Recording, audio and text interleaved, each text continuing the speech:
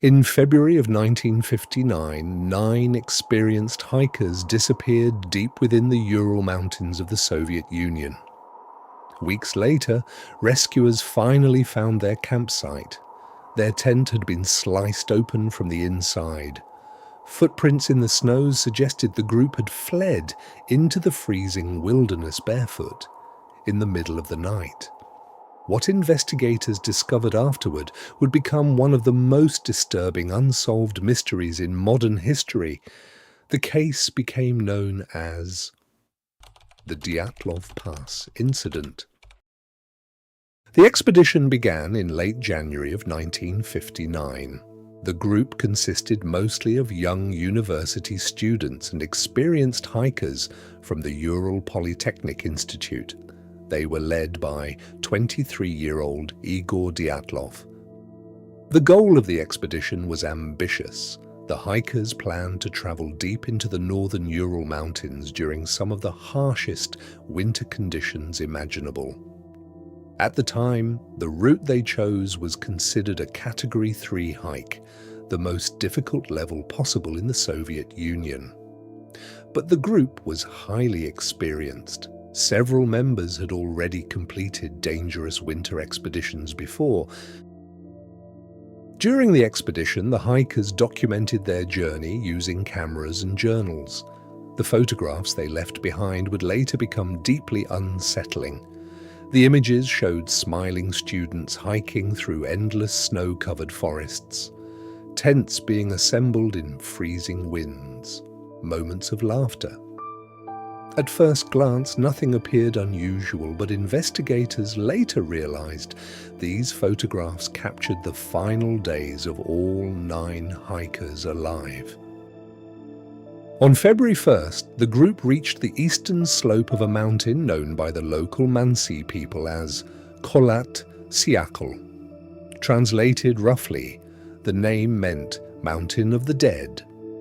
That night, the hikers pitched their tent directly on the exposed mountainside. It would be the last known place they were ever seen alive. When the group failed to return on schedule, concerns slowly began to grow.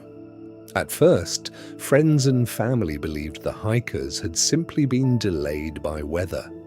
But after several days passed with no communication, search teams were sent into the mountains.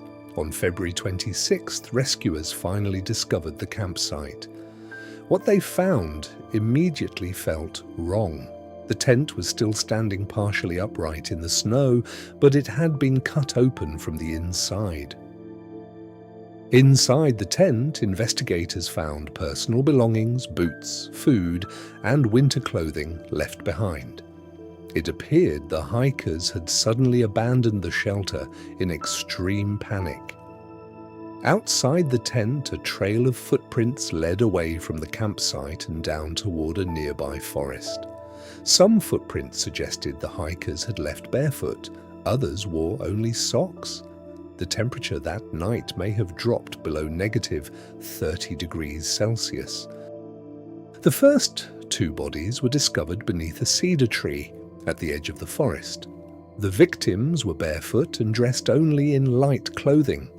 Nearby, investigators found the remains of a small fire. It appeared the hikers had desperately tried to survive the freezing temperatures. Over the following days, more bodies were discovered scattered between the forest and the campsite. Months later, after snow began melting, search teams located the remaining 4 hikers buried beneath deep snow in a nearby ravine. Several had suffered catastrophic injuries. One victim had severe chest trauma.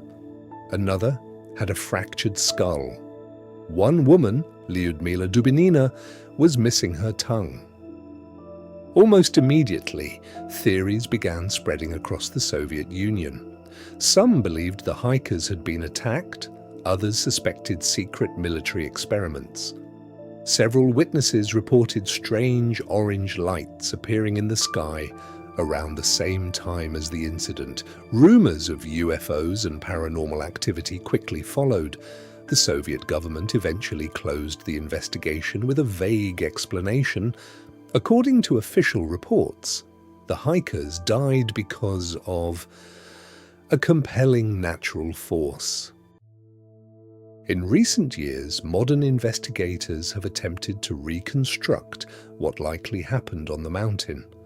Many researchers now believe a small avalanche or slab of compacted snow may have struck the campsite during the night. Fearing the mountain above them was collapsing, the hikers may have cut their way out of the tent in panic. Disoriented by darkness, freezing temperatures, and extreme winds, the group likely became separated in the wilderness. More than 60 years later, the Dyatlov Pass Incident continues to fascinate people around the world, not because of monsters or paranormal theories, but because of how human the mystery feels. 9 experienced hikers entered the mountains together, and something happened during that final night that drove them into the freezing darkness. The mountain still exists today, silent, covered in snow, and somewhere within that silence, the final moments of the Dyatlov expedition remain frozen in time.